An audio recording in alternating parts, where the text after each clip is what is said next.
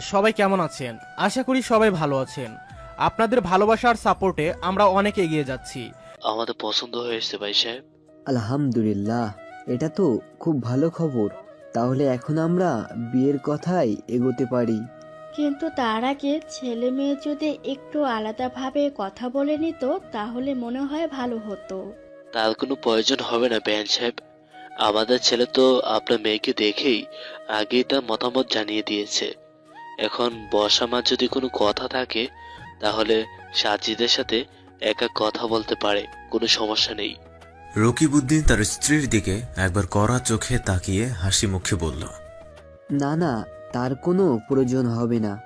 আমাদের মতামতই বর্ষার মতামত। কি বলিস বর্ষা? বর্ষা তার বাবার কথায় মাথা নেড়ে সম্মতি জানালো। সাদমান চৌধুরী হাসি মুখে শুকরিয়া আদায় করে বলল, তাহলে আগামী মাসেই বিয়ের ডেটটা ফাইনাল করি, কি বলেন? আপনাদের কাছে যেটা ভালো মনে হয়। তাহলে আগামী মাসের 24 তারিখে শুভ কাজটা করা হোক। আমাদের পক্ষ থেকে এটাই নির্ধারিত সময়। এখন আপনাদের যদি কোনো সমস্যা থাকে তাহলে বলতে পারেন। আমাদের কোনো সমস্যা নাই। 24 তারিখই বিয়ের তারিখ। সাইমার সাজিদের হাতে একটা আংটি বর্ষাকে পরিয়ে দিতে বলল। আংটি পরানো শেষে মিষ্টি মুখ করে সাইমা বলল, আসলে বিয়ের তারিখটা আমার বড় মেয়ের ঠিক করা। সাজিদের কাছ থেকে বর্ষার কথা শুনেই তো তারিখে ঠিক করে ফেলেছে। একমাত্র ভাই তো, তাই বিয়েটা অনেক ধুমধাম আয়োজন করা হচ্ছে। আপনার মেয়েকে সাথে করে আনলেই পারতেন, আমাদেরও খুব ভালো লাগতো। ওকে বলেছিলাম আসতে, কিন্তু হঠাৎ করে অফিসের জরুরি একটা কাজে আটকে পড়েছে। এত বড় একটা কোম্পানি একা নিজের মাথায় নিয়েছে, বোঝেননি তো কত ব্যস্ত থাকতে হয়। তা তো ঠিকই, অনেক লক্ষ্মী একটা মেয়ে আপনাদের। শুনেছি বর্ষা নাকি বড় একটা ভাই আছে, কি যেন নাম? ইমন? ও হ্যাঁ, ইমন। সে কোথায়? তাকে তো দেখতে পাচ্ছি না। ওই একটু। রকিবউদ্দিন তার স্ত্রীর কথা কেড়ে নিয়ে বলল, কুলাঙ্গারটার কথা আর বলবেন না। ওর জন্য আমার মান সম্মান সব ধুলোয় মিশে গেছে। 28 বছর ধরে আমার মাথার ওপর বসে খাচ্ছে, আজ পর্যন্ত একটা চাকরিও জোগাড় করতে পারলো না। কেন? আমি তো শুনেছি সে নাকি অনেক মেধাবী ছাত্র। ভুল শুনছেন আপনি। তার মধ্যে সামান্যতম জ্ঞানও নেই। সে একটা উচ্চ শ্রেণীর গর্ধপ। ও ঠিক আছে বেন সাহেব, আজ তাহলে আমরা আসি। আর বিয়ের বিষয়ে কোনো কথা থাকলে আপনি সাজিদের বাবাকে ফোন করবেন। এখন থেকে আপনাদের সাথে আমাদের আত্মীয়। তা তো অবশ্যই ভালো। থাকবেন আপনারা। বাসার গেট পর্যন্ত এগিয়ে আসলো রাবেয়া। বাইরে রাখা সাদা গাড়িতে করে চৌধুরী পরিবার তাদের বাসায় চলে গেল। রাবেয়া দরজা আটকে তার স্বামীর সামনে নিচু গলায় বলল, এভাবে মেহমানদের সামনে নিজের ছেলেকে ছোট না করলেই পারতেন। রকিবউদ্দিন সোফায় বসতে বসতে প্রত্যুত্তরে বলল, আমি কি কিছু ভুল বলছি? আজ পর্যন্ত আমাদের ছেলে কিছু করতে পেরেছে শুধু আমাদের মান সম্মান ইজ্জত নষ্ট করা ছাড়া? তবুও আপনার এভাবে বলা ঠিক হয়নি। ওনারা আমাদের আত্মীয় হতে চলেছে, কি ভাববে আমাদের বিষয়ে? দেখো রাবেয়া, আমাকে কিছু শেখাতে আসবে না। ওনারা আত্মীয় হবে বলে আমি কথাটা বলছি। আত্মীয়র কাছে কিছু লুকায়নি। তাই বলে নিজের ছেলেকে নিয়ে এভাবে বলতে আপনার মুখে আটকালো না? না, আটকালো না। সত্যি কথা আমার মুখে কখনো আটকায় না। আর তুমি যে তোমার গন্ডধর ছেলেকে নিয়ে এত প্রশ্ন করছো, সে এখন কোথায়? নিজের বোনের এনগেজমেন্টেও বাসায় থাকতে পারলো না। কি এত কাজ? ও তো ছাত্র পড়াতে গেছে। বাহ, ছাত্র পড়াতে গেছে? ছোট বোনের এনগেজমেন্ট দিনও সে ছাত্র পড়াতে গেছে? ওর জন্য আমার বাইরে মুখ দেখাতেও লজ্জা করে। এত কষ্ট করে টাকা পয়সা দিয়ে পড়াশোনা করলাম, আর সে এখন টিউশনি করাচ্ছে। রাবেয়া তার স্বামীর কথার প্রত্যুত্তরে কিছু বলার আগেই বাসার কলিং বেল বেজে উঠল। রুম থেকে বর্ষা দৌড়ে এসে দরজাটা খুলে দিল। পকেট থেকে টিস্যু বের করে মুখের ঘাম মুছে নিল ইমন। সামনে তাকিয়ে দেখল কাঠালি রঙের একটা শাড়ি পরে বর্ষা দাঁড়িয়ে আছে, হালকা সাজগোজ করছে। ভ্রু যুগল কুচকে মুখে প্রসারিত হাসি নিয়ে বলল, বাহ, তোকে তো একদম বউয়ের মতো লাগছে। বর্ষা কিছুটা লজ্জার ভঙ্গিতে বলল, ভিতরে এসো। পা বাড়িয়ে ভেতরে যেতেই বাবা সামনে থেকে তীক্ষ্ণ দৃষ্টিতে তাকালো, গলা উঁচিয়ে ভারী গলায় বলল, দাঁড়াও এখানে। মাথাটা নিচু করে চুপচাপ দাঁড়িয়ে পড়ল ইমন। ধারালো কণ্ঠে প্রশ্ন ছুড়ল বাবা। কোথায় ছিলে এতক্ষণ? একটা নতুন টিউশনে নিয়েছি, তাই আসতে একটু দেরি হয়ে গেল। একটু দেরি? তোর কি কোনোদিনও বুদ্ধি হবে না? আজ তোর বোনের এনগেজমেন্ট, অথচ আজকেই দিনটাও তোকে বাইরে থাকতে হলো। খানিকটা অবাক হয়ে বাবার দিকে তাকিয়ে ইমন বলল, এঙ্গেজমেন্ট হয়েছে? আমি তো জানতাম আজ শুধু দেখতে আসবে। বর্ষাকে দেখে তাদের পছন্দ হয়ে গেছে, তাই আংটিটা পরিয়ে গেছে। ও আচ্ছা। গত সপ্তাহে যে চাকরির ইন্টারভিউ দিলি, তার কি খবর? আজকে জানানোর কথা ছিল, কিন্তু এখনো কিছু জানাইনি। কি করে জানাবে? তোর মতো গন্ডককে কে চাকরি দিবে? কত করে বললাম পড়াশোনাটা মনোযোগ দিয়ে কর, কিন্তু আমার কথা কোনোদিন কানে তুলছোস? মাস্টার্সে উঠে বড়লোকের বাবার মেয়ের সাথে প্রেম, আবার তাকে পালিয়ে নিয়ে বিয়ে করলি। কি লাভ হয়েছে এসব করে? টিকিয়ে রাখতে পেরেছিস ভালোবাসা? বাবার কথায় মাথাটা নিচু করে ফেলল ইমন। এ প্রশ্নের উত্তর দেওয়ার মতো কোনো ভাষা তার জানা নেই। পাশ থেকে তার মা রাবেয়া এগিয়ে এসে বলল, আহ, ছেলেটাকে কি একটু শান্তি মতো থাকতে দিবেন না আপনি? কেন আবার সে পুরনো কথা তুলছেন? তোমার জন্যই ছেলেটার আজ এই অবস্থা। তুমি ওকে প্রশ্রয় দিয়ে মাথায় তুলছো। আপনি থামেন তো, অনেক হয়েছে। ইমন, তুই ঘরে যা, ফ্রেশ হয়ে নে, আমি খাবার বেড়ে দিচ্ছি। রুমে এসে দরজাটা আটকে বাথরুমে গিয়ে ফ্রেশ হয়ে নিল ইমন। বিছানায় বসে পকেটে রাখা ৩,০০০ টাকা বের করে একবার গুনে নিল। আজ মাসের ২৭ তারিখ। একটা বিশেষ প্রয়োজনে মাসের আগেই সে টাকাটা নিয়েছে। মানিব্যাগের ভেতর রাখা বাকি ৯,০০০-এর সাথে মিলিয়ে মোট ১২,০০০ টাকা হলো।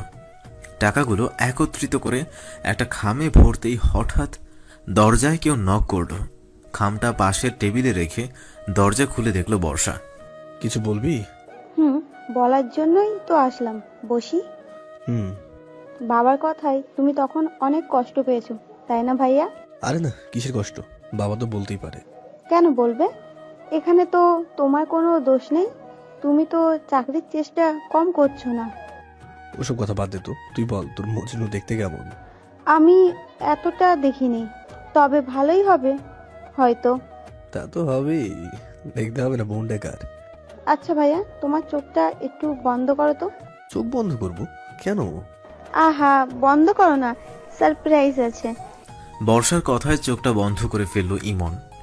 বর্ষা তার হাতটা ধরে সামনে নিয়ে কাগজের মতো কিছু একটা দিল। বর্ষা চোখ খুলতে বললে হাতের দিকে তাকালো ইমন। অবাক দৃষ্টিতে বর্ষার দিকে তাকিয়ে বলল, কি এটা?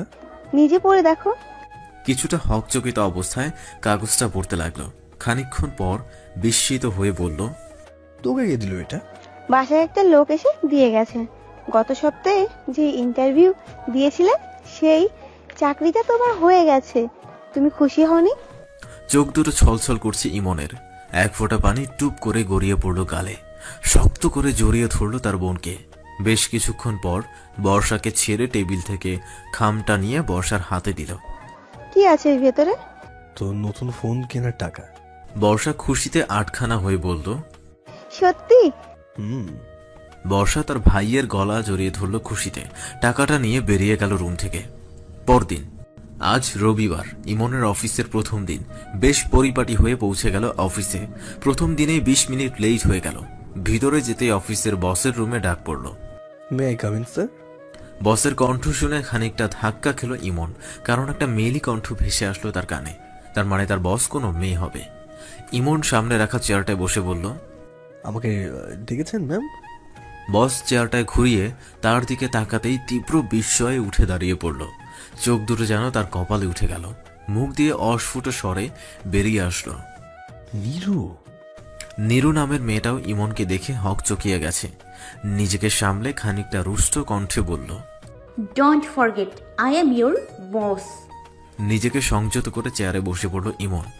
ঝাঝালো কণ্ঠে নীরু বলে ওঠে, বসের সামনে বসতে হলে যে অনুমতি নিতে হয়, সামান্য ম্যানেজটুকু কি আপনার নেই?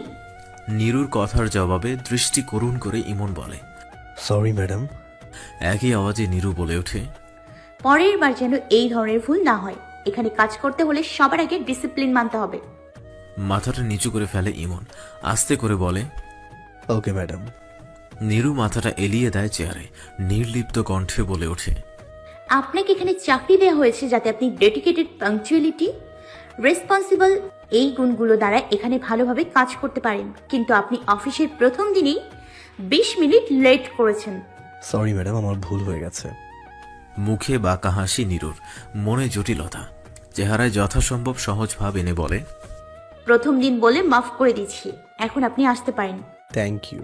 ওয়েট, এই ফাইলগুলো নিয়ে যান। আজকের মধ্যে সবগুলো ফাইল কমপ্লিট করে জমা দেবেন। ফাইলগুলো নিয়ে তড়িঘড়ি করে বেরিয়ে আসে ইমন। তার সমস্ত শরীর জুড়ে এক চিরচেনা শিহরণ বয়ে যাচ্ছে। পুরনো স্মৃতিগুলো বারংবার উকি দিচ্ছে মনে। মাথায় আসছে সেই 4 বছর আগের দিনটার কথা। 12ই জুন, বৃহস্পতিবার। না চাইতেও সেদিনটার কথা গেঁথে গেছে মনে, যেদিন নীরুর চোখে ছিল শুধু একরাশ বিরক্তি আর হতাশা। হাতের লাগেজটা ধপাস করে ইমনের সামনে ফ্লোরে রেখে সেদিন নীরু বলেছিল, আমি বিরক্ত। কেন? I want divorce. কথাটা এসে তীরের মতো বিঁধে ইমনের বুকে। পাহাড় সমান কৌতূহল আর হতবাক দৃষ্টি নিয়ে ইমন বলে, কি হয়েছে নীরু তোমার? শরীর ঠিক আছে তো? তেতে আসে নীরু, গলা উঁচিয়ে বলে, আমার শরীর ঠিক আছে। আমি যেটা বলেছি ভেবে চিনতে বলছি। তোমার সাথে থাকাটা আমার পক্ষে আর সম্ভব না। আমি মুক্তি চাই ইমন। কিন্তু আমার ভুলটা? তোমার কোনো ভুল নেই, সব ভুল আমার। তোমার মতো একটা ছোট লোককে বিয়ে করাটাই আমার সবচেয়ে বড় ভুল। বোকার মতো তোমার সাথে 6টা মাস একই ছাদের নিচে থেকে দ্বিতীয়বার ভুল করেছি আমি। আমি কি তোমায় জোর করেছিলাম বিয়ে করতে? আমার অবস্থা জেনেই তুমি আমাকে বিয়ে করতে রাজি হয়েছিলে। আমি তর্কে যেতে চাচ্ছি না, আমার মতামতটা তোমায় জানিয়ে দিলাম। আর আমি এখন বাবার বাড়ি চলে যাচ্ছি। ডিভোর্স লেটারটা পাঠিয়ে দিব, সই করে দিও। লাগেজ হাতে বেরিয়ে যায় নীরু। এটাই ছিল নীরুর সাথে শেষ দেখা। তার কিছুদিন পর ডিভোর্স পেপার পেয়ে যায় ইমন। বুকে পাথর বেঁধে সেই সই করেছিল কাগজে। চোখটা বারবার ভিজে উঠেছিল নোনা জলে। প্রিয়জনের সিদ্ধান্ত মেনে নিয়ে ছিন্ন করে দিয়েছিল সব সম্পর্ক। এই যে ভাই, অফিসে নতুন নাকি? ভারী গলার কথাটা শুনে ধ্যান ভাঙে ইমনের। চোখ দুটো সরু করে বাম পাশে তাকিয়ে দেখতে প্রায় মাঝ বয়সী একজন লোককে। লোকটা আবার জিজ্ঞেস করে বসে, নাম কি আপনার? ইমন। ও, নিরাশ গলায় বলে লোকটি। পরক্ষণেই আবার উৎকণ্ঠা নিয়ে বলে ওঠে, আমার নাম সিরাজ আহমেদ, আপনার সিনিয়র কলিগ। আপনি চাইলে শুধু সিরাজ বলেই ডাকতে পারেন। আমি খুবই বন্ধুসুলভ। সিরাজের কথার প্রত্যুত্তরে মুচকি হাসে ইমন। ঘাড় ঘুরিয়ে আবারও কাজে মনোযোগ দেয়। বেশ কিছুক্ষণ পর কারো উপস্থিতিতে সামনে তাকায় ইমন। অফিসের পিয়ন জারিফ এসে বলে। ঘড়ির দিকে একবার তাকিয়ে ইমন বলে, হাতে 2-1টা কাজ আছে, আজকের মধ্যে ফাইলগুলো জমা দিতে হবে। পিয়নের কথার জবাবে কিছু না বলে কাজের দিকে নজর দেয় ইমন। ফাইলগুলো শেষ করে চলে গেল নীরুর রুমে। মে কাম ইন ম্যাডাম? ইয়েস। ফাইলগুলো বাড়িয়ে দেয় নীরুর সামনে। একটা ফাইল তুলে দেখতে লাগলো নীরু। একে একে সবগুলো ফাইল দেখে নিল। হঠাৎ ফাইলগুলো ছুঁড়ে মারলো ইমনের দিকে। রাগী গলায় বলে উঠল সে, কি করেছেন এসব? সবগুলো ফাইলে 4-5টা করে ভুল। কাজ করতে পারেন না বললেই পারতেন। শুধু শুধু সময় নষ্ট করলেন কেন? যত সব অকর্ম। কথাটা গায়ে লাগে ইমনের। ভেতরে ভেতরে খুব রাগ হচ্ছে তার। কোনো মতে নিজেকে সামলে ফাইলগুলো হাতে তুলে নিল। রুম থেকে বেরিয়ে আসতে যাবে তখন নীরু বলে ওঠে, দুপুরে লাঞ্চ করেছেন? ইমন পেছন ফিরে বলে, করেছি। মিথ্যে কথা বলেন কেন? আপনি যে লাঞ্চ করা বাদ দিয়ে কাজ করেছেন সেটা আমি জানি। আপনার অফিস, জানা তো কথাই। চেয়ার থেকে উঠে ইমনের সামনে এসে দাঁড়ায় নীরু। হাতের ফাইলগুলো কেড়ে বলে, আমরা একসাথে লাঞ্চ করব। খানিকটা অবাক হয় ইমন। চোখের দৃষ্টি সরিয়ে নিয়ে বলে, ফাইলগুলো দিন, আমি ঠিক করে নিয়ে আসছি। সেটা পরেও করা যাবে, এখন আমরা লাঞ্চ করতে যাব, চলুন। নীরুর সাথে সাথে ক্যান্টিনে চলে আসে ইমন। তার চোখে মুখে বিস্ময় ভাব, কৌতূহল তীব্র মনে হচ্ছে। হাজারো প্রশ্ন উকি দিচ্ছে। কি খাবে? নীরুর কথায় বাস্তবে আসে। নিজের পছন্দের কিছু খাবার অর্ডার করে আবার নীরবতায় ডুবে যায়। মৌনতায় ভাবতে থাকে নীরুর কথা। না বলা অসংখ্য কথা ভেসে আসে মনে। হঠাৎই নীরু বলে ওঠে, কেমন আছো তুমি? চমকে ওঠে ইমন। হৃদসাগরে ঝড় তুলে দেয় কথাটা। আবেগে চোখ দুটো চকচক করে ওঠে। অপ্রকাশিত অনুভূতিগুলো বেরিয়ে আসতে চাইছে। কণ্ঠে খানিকটা বিষণ্ণতা নিয়ে বলে, ভালো, খুব ভালো। চোখ মেলে ইমনের দিকে তাকায় নীরু। বোঝার চেষ্টা করে সে কতটা সত্যি বলেছে। কিছুটা হতাশা নিয়ে নীরু বলে, তুমি কি বিরক্ত হচ্ছ? আমার মনে হয় তুমি বলার মতো কোনো সম্পর্ক আমাদের মাঝে নেই। আমি আপনার সামান্য একজন কর্মচারী, আর আপনি আমার বস। সো আপনি বললে বেশি খুশি হব। এটা কিন্তু অফিস নয়, এখানে আমি তোমার বসও নই। অন্য কিছুও নন। চুপ হয়ে যায় নীরু। দুজনের মৌনতা ভাঙতে বেয়ারা খাবার নিয়ে আসলো। চুপচাপ খাবারটা খেয়ে উঠে আসে ইমন। বিলটা পরিশোধ করে একাই অফিসে চলে গেল। টেবিলের ফাইলগুলো ঠিক করতে করতে রাত হয়ে গেল। ফাইলগুলো জমা দিয়ে অফিস থেকে বেরিয়ে আসলো। হাত ঘড়িতে দেখলো রাত 8টা বাজে। একটা রিক্সা ঠিক করে বাসায় চলে আসলো। মনে মনে ঠিক করলো চাকরিটা ছেড়ে দেবে। বিছানায় শুতে সারাদিনের ক্লান্তি এসে ভর করলো চোখে। ঘুমে চোখ দুটো লেগে আসছে তার। রাবেয়া তার ছেলের মাথার সামনে এসে বসলো। চুলে বিলি কেটে দিয়ে বলল। চোখ মেলে তাকালো ইমন। মাথাটা মায়ের কোলে রেখে বলে। রাবেয়া অতি যত্নে ছেলের মাথায় হাত রেখে বলে। মায়ের হাতটা চুমু খেয়ে ইমন বলে, বর্ষার বিয়ে দিয়ে দাও, তাহলে তো নাতি নাতনির মুখ দেখতে পারবে। আমার পক্ষে দ্বিতীয়বার বিয়ে করা সম্ভব না। রুম থেকে বেরিয়ে যায় রাবেয়া। চোখের ঘুমটা হঠাৎই উধাও হয়ে গেল ইমনের। বারবার শুধু পুরনো কথাগুলো মনে আসছে। মনে আসছে সেই দিনের কথা যেদিন নীরুর সাথে তার প্রথম দেখা হয়েছিল।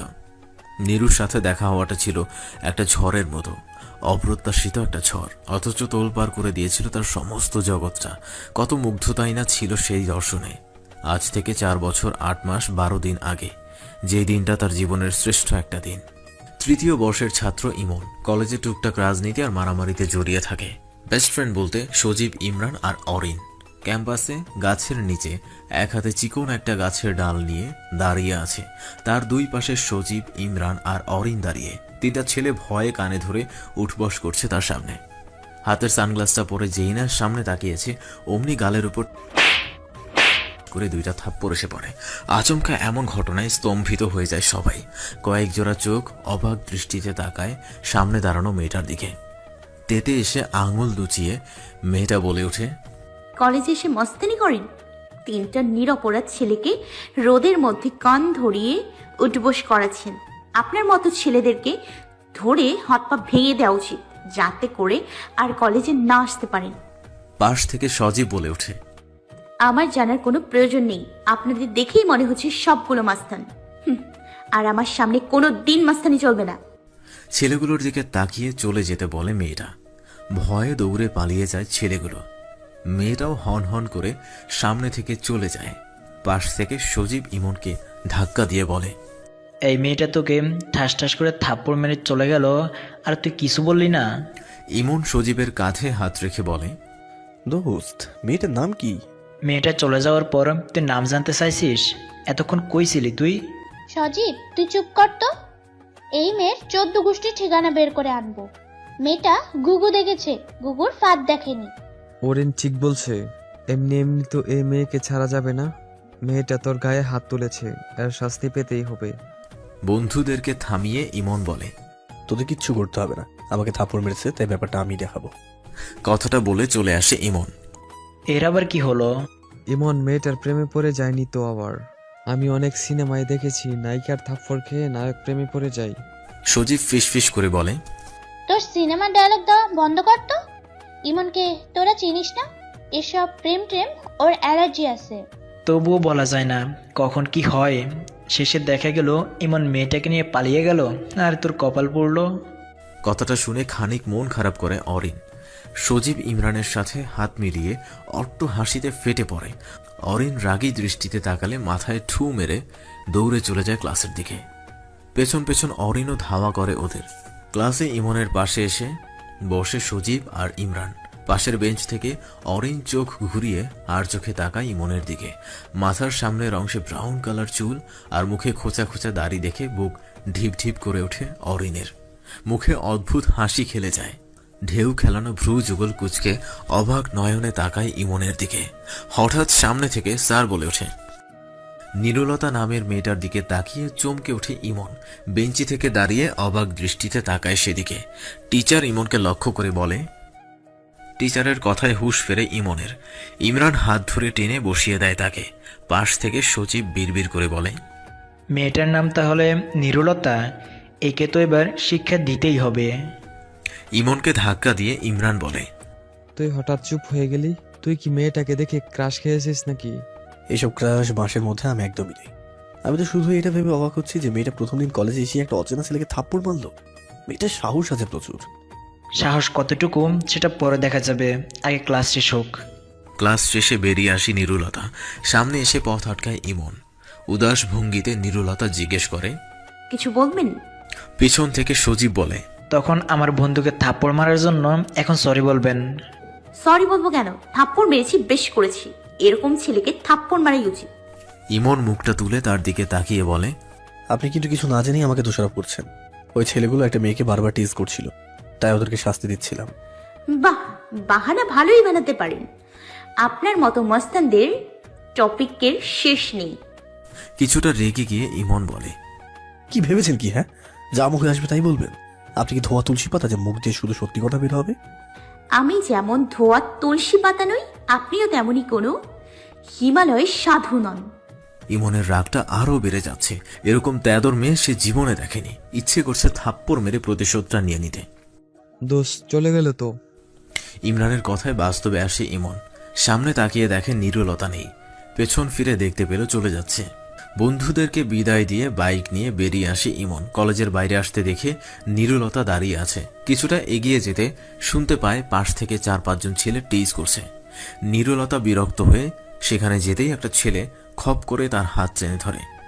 আরেক হাতে গোলাপ নিয়ে এগিয়ে যেতেই ইমন সেখানে গিয়ে দাঁড়ায়। ইমনকে দেখে চমকে ওঠে ছেলেগুলো। ভয়ে হাত ছেড়ে দেয় নিরুলতার। ইমন কিছু বলার আগেই মাথাটা নিচু করে চলে যায়। দৃষ্টি ফিরিয়ে নিরুলতার দিকে চেয়ে ইমন বলে, এই ধরনের ছেলেকে ভালোভাবে বললে কাজ হবে না, তাই তখন ওইভাবে কানে ধরিয়ে রেখেছিলাম। এখন বুঝতে পেরেছেন তো আমি তখন ভুল কিছু করিনি? আমার তো মনে হচ্ছে এই ছেলেগুলো আপনারই লোক। আমার কাছে ভালো সাজার জন্য আপনি এদের ইভ টিচিং এর অভিনয় করতে বলেছেন। নিরুলতার কথায় তেতে এসে ইমন বলে, এই মেয়ে, তুমি এত বেশি বোঝো কেন বলো তো? কোনো কিছু পজিটিভলি কেন নিতে পারো না? যদি এরা আমার লোক হতো তাহলে বলতাম তোমার 2 গালে ঠাস ঠাস করে 2টা থাপ্পড় দিতে, যাতে তোমার ড্রামিটা কমে যায়। কি বলেন? আমি তেরামি করি? আমি তেরা? অবশ্যই তুমি তেদরের উপরে কিছু থাকলে সেটাও তুমি। আমি তেদর হলে আপনি গুন্ডা, মস্তান, বদমাস। দেখো, আর একবার মস্তান বললে কিন্তু ভালো হবে না, বলে দিলাম। কি করবেন আপনি? আপনার মতো মস্তানকে আমি ভয় পাই না। কথাটা বলতেই নিরুলতার হাত ধরে টেনে নিজের বুকে জড়িয়ে নেয় ইমন। জোর করে ঠোঁট বসিয়ে দেয় তার ঠোঁটে। অনেক চেষ্টা করেও ছড়াতে পারছে না নিরুলতা। কিছুক্ষণ পর ছেড়ে দিয়ে মুখে বাঁকা হাসি দিয়ে ইমন বলে, মাস্তানি করে তোমার ভেজে ঠোঁটে স্বাদ নিলাম। রাগে গজগজ করে ওঠে নিরুলতা। চোখ দুটো থেকে যেন আগুন বের হচ্ছে। দৃষ্টি দিয়ে বুঝি খেয়ে ফেলবি ইমনকে। ঠোঁট জোড়া মুছে রাগী স্বরে বলে, এটা তুই কি করলি? আজ তোর একদিন, আর আমার যতদিন লাগে। ধেয়ে আসে ইমনের দিকে, কিন্তু তাকে আর পায় কে? বাইক নিয়ে এতক্ষণে কলেজ ছেড়ে চলে গেছে। সরাসরি বাসার সামনে এসে বাইক থামায় ইমন। ভিতরে এসে আগে গোসলটা সেরে ফ্রেশ হয়ে নেয়। ফ্রিজে রাখা কিছু খাবার চুলোয় বসাতে ফোন বেজে ওঠে। এক হাতে ফোন রিসিভ করে দেখতে পায় অরিনের কল। মিষ্টি গলায় অরিন বলে, বাসায় পৌঁছেছো কখন? বাসে এসেছি তো ঘন্টা 2-এর মতো হবে। কেন বলতো? না, এমনি জানতে চাইলাম। কি করছো এখন? তোর হঠাৎ কি হয়েছে বলতো? শরীর টরীর খারাপ করছে নাকি? শরীর খারাপ করবে কেন? আমি সুস্থ আছি। সেটা খুবই ভালো কথা, কিন্তু তুই হঠাৎ আমাকে তুমি করে বলছিস কেন? হঠাৎ ইচ্ছে হলো তাই। শুনতে ভালো লাগছে না। সিরিয়াসলি, তোর মুখে তুমি শুনে নিজেকে মঙ্গল গ্রহের কোনো প্রাণী মনে হচ্ছে। আচ্ছা, বাদ দাও তো। কিছু খেয়েছো? ভালো কথা মনে করে দিয়েছিস। আমি তো ভুলে গিয়েছিলাম, চুলোর উপর রান্না বসিয়েছি। এখন একটু পরে কথা বলবো। ফোনটা কেটে তড়িঘড়ি করে রান্নাঘরে গেল ইমন। পোড়া পোড়া গন্ধ আসছে নাকে। খাবারগুলো মনে হয় সব পুড়ে গেল। বিছানায় হেলান দিয়ে বই পড়ছে ইমন। বইটা বন্ধ করে বালিশ টেনে ঘুমিয়ে পড়ে। ফোনের শব্দে ঘুম ভাঙতে দেখে সজীব ফোন করেছে। রিসিভ করে ঘুম জড়ানো কণ্ঠে ইমন বলে, বল। এই সন্ধ্যাবেলায় তুই ঘুমাচ্ছিস? বাসায় একা আছি। কেন, আঙ্কেল আন্টি কোথায় গেছে? আব্বু আম্মু আর বর্ষা নানু বাড়ি গেছে। তাহলে দোস্ত, আমি আসবো তোর বাসায়। আজ না, অন্য কোনো দিন। সজীব নিরাশ গলায় বলে, ওকে। আর কিছু বলবি? কালকে কলেজে গেলে সেখানেই কথা হবে। ওকে, বাই। ফোনটা রেখে আবার ঘুমিয়ে পড়ে ইমন। কিছুক্ষণ পর আবার ফোনটা বেজে ওঠে। এবার অরিন ফোন করেছে। বিরক্ত হয়ে সাইলেন্ট করে রেখে দেয় ফোনটা। পরের দিন সকালে ফ্রেশ হয়ে বাইক নিয়ে বেরিয়ে পড়ে। ফ্রিজে রাখার সব খাবার শেষ হয়ে গেছে, এখন নাস্তাটা বাইরে কোনো একটা হোটেলে করতে হবে তার। বাইক দাঁড় করিয়ে একটা হোটেলে নাস্তা করে নেয়। বাইরে এসে বাইকে চড়তেই পাশ দিয়ে একটা রিক্সা চলে যায়। এক পলকের জন্য নিরুলতাকে চোখে পড়ে। বাইক স্টার্ট দিয়ে রিক্সার পাশে চলে আসে। রিক্সার ওপর থেকে ঘাড় ঘুরিয়ে পাশে তাকায় নিরুলতা। ইমনকে দেখে মুখ বাঁকা করে আবার অন্যদিকে তাকায়। রিক্সাটার সামনে গিয়ে বাইক থামায় ইমন। চোখের সানগ্লাসটা নামিয়ে নিরুলতার কাছে গিয়ে বলে, রিক্সা থেকে নামো। রাগী স্বরে নিরুলতা বলে, রিক্সা থেকে কেন নামবো? একটা জরুরি কথা আছে, নামো তারপর বলছি। না, আমি নামবো না, যা বলার এখানেই বল। নিরুলতার হাত ধরে টেনে নামায় ইমন। তার কিছু বলার আগেই ইমন বলে, পিছনে তোমার জামার ফিতে খুলে অন্তর্বাস দেখা যাচ্ছে, বেঁধে নাও। লজ্জায় মুখটা কাচুমাচু করে ফেলে নিরুলতা। পিঠটা বাঁকা করে বুঝতে পারে ইমন সত্যি বলছে। লজ্জায় তার মুখটা লাল হয়ে গেছে। কি করবে এখন কিছুই মাথায় আসছে না। ইমন তার অবস্থাটা বুঝতে পেরে বলে ওঠে, তুমি চাইলে আমার শার্টটা আপাতত নিতে পারো, কলেজে গিয়ে আবার ফেরত দিয়ে দেবে। কিছু বলে না নিরুলতা। করুণ দৃষ্টিতে তাকায় ইমনের দিকে। টি শার্টের উপরে থাকা শার্টটা খুলে এগিয়ে দেয় ইমন। শার্টটা গায়ে দিতে ইমন বলে, আমরা যেহেতু একই কলেজে যাচ্ছি সেহেতু একসাথেই কিন্তু যেতে পারি, তাই না? মুখ দিয়ে বিড়বিড় করে কিছু বলে ওঠে নিরুলতা। পার্স থেকে রিকশার ভাড়া মিটিয়ে বাইকে উঠে বসে। কলেজ ক্যাম্পাসে আসতেই বন্ধুরা সবাই এগিয়ে আসে। অরিনকে উদ্দেশ্য করে ইমন বলে, নিরুলতার সাথে যা তো, ওকে একটু হেল্প কর। কিছুটা অবাক হয়ে নিরুলতার সাথে চলে যায় অরিন। সজীব ইমনের দিকে চেয়ে বলে, তুই এই মেয়েটাকে বাইকে করে কলেজে নিয়ে আসলি? কেন, নিরুকে কলেজে নিয়ে আসা কি অপরাধ? তোর কথাবার্তা আমার সুবিধাটা ঠেকছে না। সত্যি করে বলতো, তুই মেয়েটার প্রেমে পড়ে যাসনি তো? আরে কি সব বলছিস? জাস্ট বিপদে পড়েছে বলে বাইকে লিফট দিয়ে নিয়ে এসেছি। এখানে প্রেম পড়ার মতো কিছু হয়নি তো। না হলেই ভালো, নয়তো দেখা যাবে কলেজের সব মেয়েরাই ক্রাশ ইমন মেধাবী ছাত্রী নিরুলতার প্রেমে হাবুডুবু খাচ্ছে। এই টপিকে একটা পূর্ণদৈর্ঘ্য বাংলা ছায়াছবি হয়ে যাবে। তোর ছায়াছবির কাহিনী বাদ দিত, অসহ্য লাগছে। অস্বচ্ছ লাগছে আর কিছু না দোষ, এটাই বাস্তব। বন্ধুদের মাঝে থেকে উঠে আসে ইমন। পিছন থেকে সজীব আর ইমরান একে অপরের মুখ চাওয়াচাওয়ি করে। করিডোরে আসতেই ইমনের হাত টেনে ধরে অরিন। অভিমানী সুরে অরিন বলে, গতকাল তুই আমার ফোন ধরলি না কেন? কখন? গতকাল রাতে তোকে মিনিমাম 20 বার কল করেছি। ও, তখন আমি ঘুমিয়েছিলাম তাই বুঝতে পারিনি। মিথ্যা কথা বলিস কেন? আমার ফোনে বিরক্ত হচ্ছিলি বললেই পারিস। আরে আজব তো, তোকে আমি মিথ্যে কেন বলবো? তুই আমার ফ্রেন্ড না? শুধু ফ্রেন্ড? Best friend. এখন চল তো ক্লাসে যাব। ওকে। হঠাৎ দাঁড়িয়ে যায় ইমন। অরিনের দিকে তাকিয়ে ব্যস্ত হয়ে বলে, দোস্ত তুই ক্লাসে যা, আমি একটু পরে আসছি। অরিনের সামনে থেকে চলে আসে ইমন। হঠাৎ তার এমন আচরণে অবাক হয়ে যায় অরিন। বুঝে উঠতে পারে না কি এমন জরুরি কাজ থাকতে পারে তার। বিশাল করিডোরে আশেপাশে তাকিয়ে নিরুকে খুঁজে যাচ্ছে ইমন। ক্যাম্পাসের কোথাও না পেয়ে ডিপার্টমেন্টে আসতে দোতলায় সিঁড়ির ওপর দেখা পায় নিরুলতার। পাশ কাটিয়ে চলে যাচ্ছিল নিরু। ইমন সামনে গিয়ে দাঁড়িয়ে বলে, এইভাবে না দেখার ভান করে চলে যাচ্ছ কেন? তো কি করব, আপনার সাথে তো আমার কোনো কথা থাকতে পারে না। কেন থাকতে পারে না? জানি না, আমাকে ক্লাসে যেতে হবে, সামনে থেকে সরুন। ইমনকে এড়িয়ে চলে যায় নিরু। নিরুর কথায় বেশ অবাক হয়েছে ইমন। কলেজে আসার সময় তো সব ঠিকই ছিল, এখন আবার হঠাৎ করে কি হলো? পিছু পিছু ক্লাসে আসে ইমন। নিরুর পেছনের বেঞ্চিটায় গিয়ে বসে পড়ে। সজীব আর ইমরানও তার পাশের ছেলেদের জোর করে উঠিয়ে সেখানে বসে পড়ে। নিরুলতা ঘাড় ঘুরিয়ে একবার পেছনে তাকায়। মুচকি হেসে ইমন বলে, হাই। বিরক্ত হয়ে আবার সামনের দিকে তাকিয়ে ক্লাসে মনোযোগ দেয়। ক্লাস শেষে ইমনের সামনে এসে দাঁড়ায় অরিন। খানিকটা রাগী ভাবে বলে, বাইরে চলো, তোমার সাথে কথা আছে। এখানেই বলো, সমস্যা কোথায়? রাগের পরিমাণটা যেন আরো বেড়ে যায় অরিনের। হাত ধরে টানতে টানতে ক্লাস থেকে বাইরে নিয়ে আসে ইমনকে। বিষয়টা নিরুলতার চোখ এড়ায় না। খানিকটা অবজ্ঞার হাসি ফুটে ওঠে তার মুখে। অরিনের হাতটা ছাড়িয়ে ইমন বলে, তোর হয়েছে নাকি? আমায় বল তো, এইভাবে সবার সামনে হাত ধরে টেনে টেনে বাইরে নিয়ে আসলি কেন?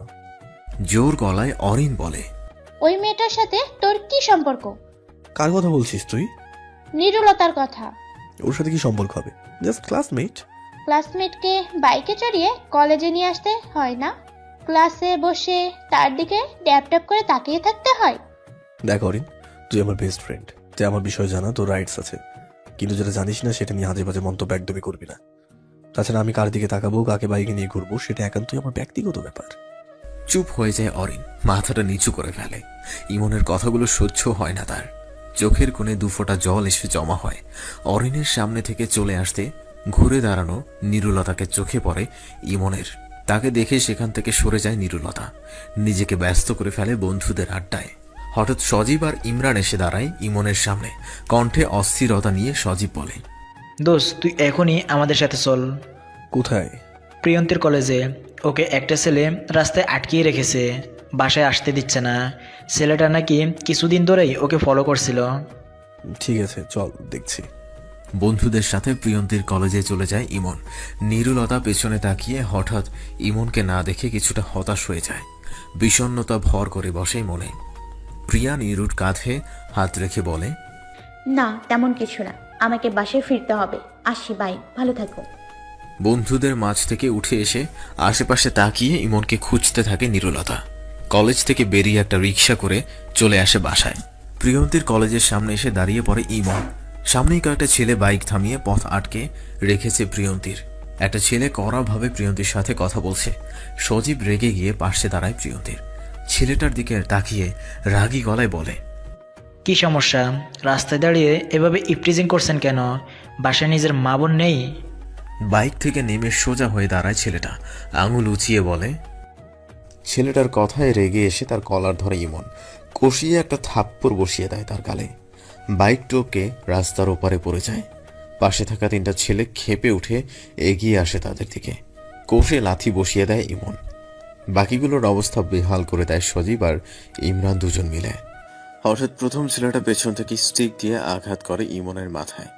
মাটিতে পড়ে যায় ইমন। ইমরান স্টিকটা কেড়ে নিয়ে মারতে থাকে ছেলেটাকে, আধমরা করে ফেলে তাকে।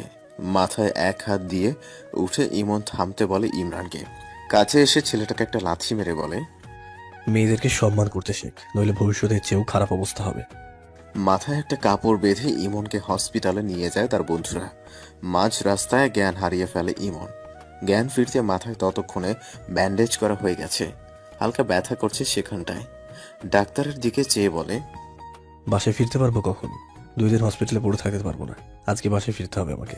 আব্বা আম্মু দুশ্চিন্তা করবে। দোস্ত আঙ্কেল আন্টিকে আমি খবর দিচ্ছি, তুই একটু রেস্ট নে। খবর দিতে হবে না, আমি বাসায় ফিরবো। হসপিটাল থেকে বেরিয়ে আসলো ইমন। হঠাৎ তার মনে হলো নিরুলতা এসেছে এখানে। সজীবকে লক্ষ্য করে ইমন বলে, দোস্ত নিরুকে খবর দিয়েছিস তোরা? না তো, আমরা 3 জন ছাড়া আর কেউ জানে না। তাহলে নিরু হসপিটালে কেন এসেছে?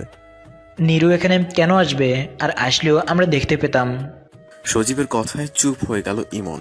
তাই তো, নিরু হলে তো তারাও দেখতে পেত। গাড়িতে উঠে বাসায় চলে আসে ইমন। বন্ধুদেরকে বিদায় দিয়ে বাসার দরজার সামনে এসে দাঁড়ায়। কলিং বেল চাপতেই কিছুক্ষণ পর ছোট বোন বর্ষা এসে দরজাটা খুলে দেয়। ফিসফিস করে ইমন বলে, আব্বু কোথায়? আব্বু তো ভেতরে, কিন্তু তোমার মাথায় ব্যান্ডেজ কেন? তেমন কিছু না, ছোট একটা চোট লেগেছে। ভয়ে ভয়ে বাসার ভেতর আসে ইমন। মনে মনে ভাবতে থাকে তার আব্বুর সামনে গিয়ে কি বলবে। সিঁড়ি দিয়ে নামতে নামতে রকিবউদ্দিন বলে, তোর মাথায় ব্যান্ডেজ লাগানো কেন? আমতা আমতা করে ইমন বলে, ছোটখাটো একটা বাইক অ্যাক্সিডেন্ট হয়েছে। বাইক অ্যাক্সিডেন্ট হয়েছে নাকি মারামারি করছিস? রাবেয়া তার ছেলের কাছে গিয়ে এগিয়ে গিয়ে বলে, আপনি একটু চুপ করেন তো। এমনিতে ছেলেটার মাথায় কত বড় আঘাত পেয়েছে, তার উপর আবার তাকে সন্দেহ করছেন। পানি চলে এসেছে রাবেয়ার চোখে। ইমনের দিকে তাকিয়ে মাথায় হাত রেখে বলে, ইস, কতখানি কেটে গেছে। আমাকে কষ্ট না দিলে তোর ভালো লাগে না? না, সব দোষ আসলে তোর বাবার। আমি আবার কি করলাম? আপনি তো বাইক কিনে দিয়েছেন, এই বাইকের কারণে আমার ছেলেটা আজ মরতে বসেছিল। উফ মা, চুপ করো তো। সামান্য একটু চোট লেগেছে, এত দুশ্চিন্তার কিছু হয়নি তো। তুই বললেই হলো, সামান্য চোট না কি সেটা তো দেখেই বোঝা যাচ্ছে। তুই রুমে যা, আমি তোর জন্য খাবার নিয়ে আসছি। রুমে এসে বিছানায় শুয়ে পড়ে ইমন। মাথাটা ব্যথা করছে তার। বর্ষা রুমে আসে। কথা বলতে ইচ্ছে করছে না ইমনের। চোখ দুটো বন্ধ করে ছোট করে বলে, কিছু বলবি? মাথায় কি অনেক ব্যথা করছে তোমার? হুম। অ্যাক্সিডেন্টটা হলো কিভাবে? এখন কথা বলতে ইচ্ছে করছে না, পরে এক সময় শুনিস। আচ্ছা। রাবেয়া খাবার হাতে রুমে প্রবেশ করে। ইমনের কপালে হাত দিয়ে তাপমাত্রা মেপে নেয় একবার। অনুনয় সুরে বলে, খাবারটা একটু খেয়ে নে, ভালো লাগবে। চোখ মেলে মুখটা হা করে ইমন। রাবেয়া হাতে খাবার নিয়ে খাইয়ে দেয়। অল্প কয়েক লোকমা খেতেই পানি খেয়ে নেয় ইমন। হাত নাড়িয়ে বলে, আর খেতে পারবো না, অনেক হয়েছে। রাবেয়া বর্ষার দিকে চেয়ে বলে, তোর ভাইয়ার ওষুধগুলো বের করে দে তো। ওষুধগুলো বের করে খাইয়ে দেয় ইমনকে। একটু পর সবাই চলে যেতে চুপটি করে বিছানায় শুয়ে পড়ে। দেখতে দেখতে 1 সপ্তাহ পার হয়ে যায়। 7 দিন ধরে কলেজে যায় না ইমন। বন্ধুরা বাসায় এসে কয়েকবার দেখে গেছে। আজ মোটামুটি সুস্থ, তাই কাঁধে ব্যাগ নিয়ে কলেজের উদ্দেশ্যে বের হয়েছে। কিন্তু বাইক ছাড়াই রিক্সা করে আজ কলেজ যেতে হবে। তার মা বাইকের চাবি লুকিয়ে রেখেছে। এই অবস্থায় সে বাইকে চড়তে দিবে না। বাসা থেকে কিছুটা দূরে রিক্সার জন্য দাঁড়িয়ে আছে। হঠাৎ তার সামনে একটা রিক্সা থেমে যায়। রিক্সার হুড নামাতেই নীরুকে দেখতে পায় সামনে। ইমনের দিকে তাকিয়ে নীরু বলে, রিক্সার জন্য অপেক্ষা করছেন? কিন্তু খালি রিক্সা পাচ্ছি না। আমরা তো একই কলেজে যাচ্ছি, একসাথে গেলে হয় না? মুচকি হেসে রিক্সায় উঠে পড়ে ইমন। মুখ ঘুরিয়ে নীরুর দিকে তাকিয়ে বলে, থ্যাঙ্কস। ধন্যবাদ দেওয়ার প্রয়োজন নেই। আপনি সেদিন আমাকে সাহায্য করেছিলেন, তাই আজ আমি আপনাকে সাহায্য করলাম। সাহায্যে কাটাকাটি। বাঁকা ঠোঁটে হেসে ইমন বলে, আমরা কি ফ্রেন্ড হতে পারি? না। ইমন খানিকটা অবাক হয়ে বলে, কেন? এমনি আপনার সাথে ফ্রেন্ডশিপ করতে মন চাইছে না। কণ্ঠে কিছুটা বিষণ্ণতা নিয়ে ইমন বলল, ও আচ্ছা। বাইরের দিকে তাকায় ইমন। পাশ থেকে নীরু আর চোখে দেখে ইমনকে। বিষণ্ণ চেহারা দেখে মায়া হয় নীরুর। খুব ইচ্ছে করে তার অভিমান ভাঙাতে, কিন্তু কোথায় একটা বাধা আছে। মনের কথাটা বলার সাহস কুলোচ্ছে না নীরুলতার। কলেজের গেটে আসতেই অরিন দৌড়ে আসলো। ইমনের হাত ধরে টানতে টানতে নিয়ে গেল ক্যাম্পাসে। পেছন থেকে অবাক নয়নে তাকিয়ে আছে নীরু, মুখে অবজ্ঞার হাসি। এই ধরনের ছেলেকে তার ভালো করে চেনা আছে। এদের কাছে বন্ধুত্ব মানে টাইম পাস।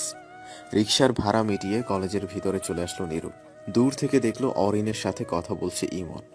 নীরুর কেন জানি ভিতর ভিতর একটু খারাপ লাগছে।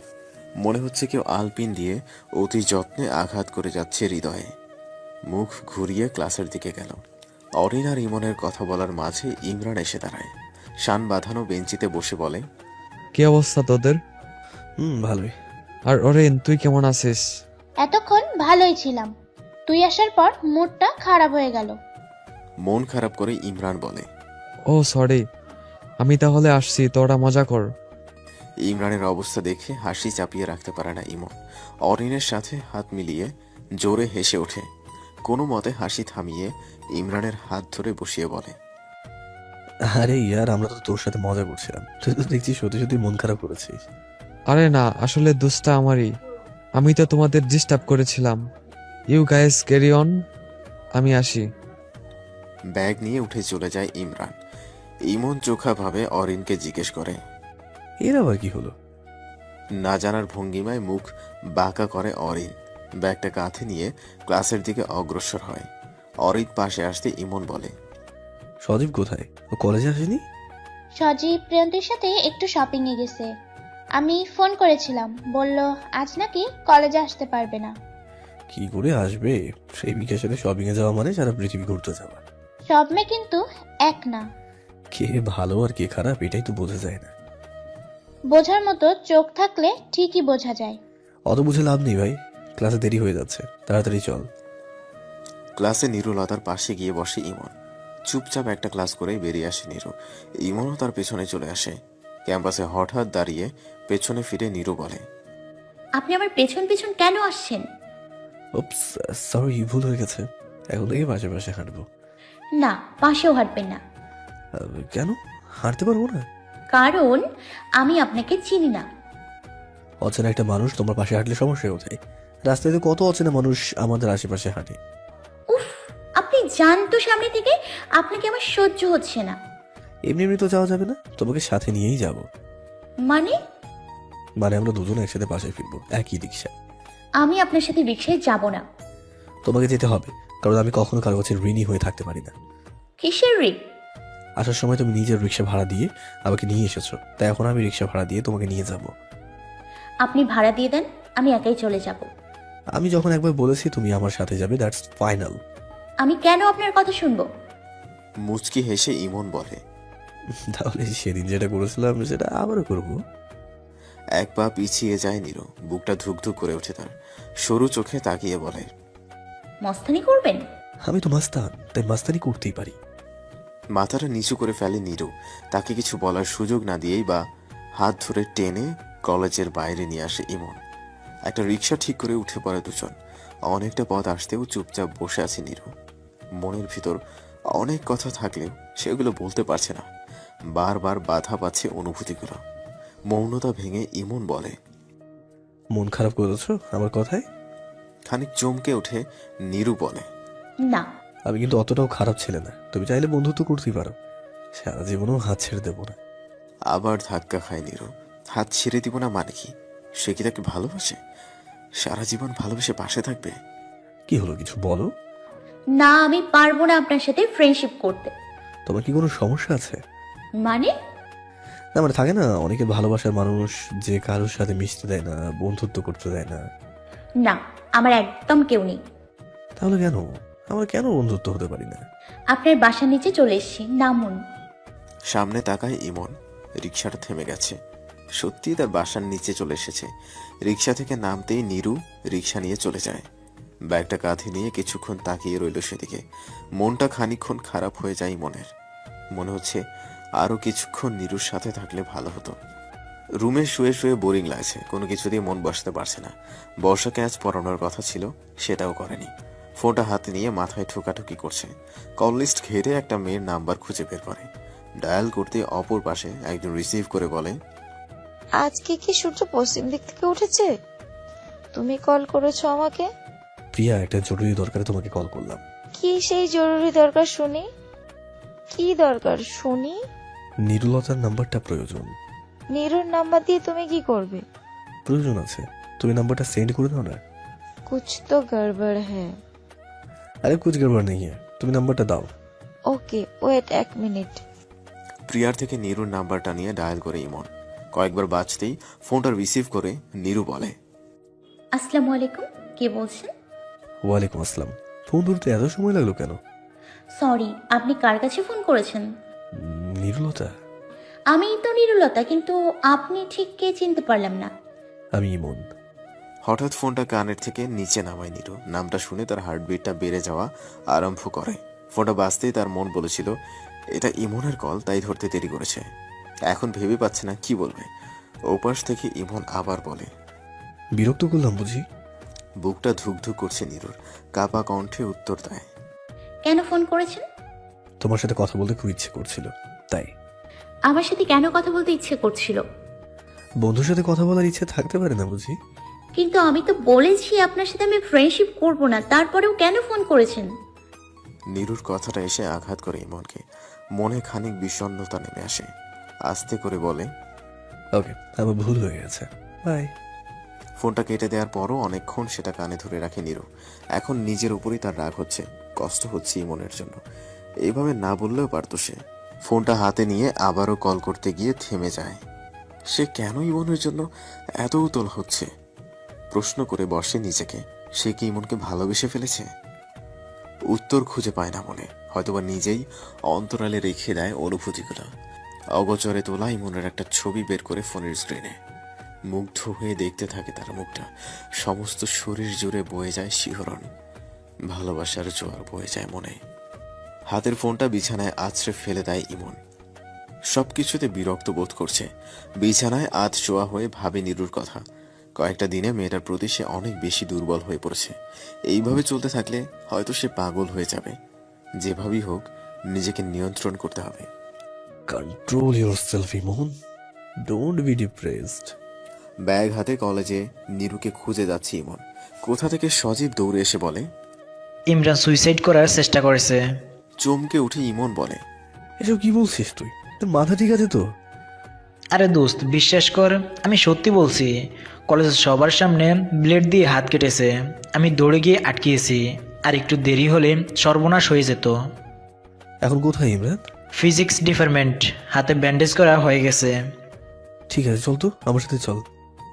সজীবকে সাথে নিয়ে ইমরানের কাছে চলে আসে ইমন। তাকে দেখে মুখ ঘুরিয়ে অন্যদিকে তাকায় ইমরান।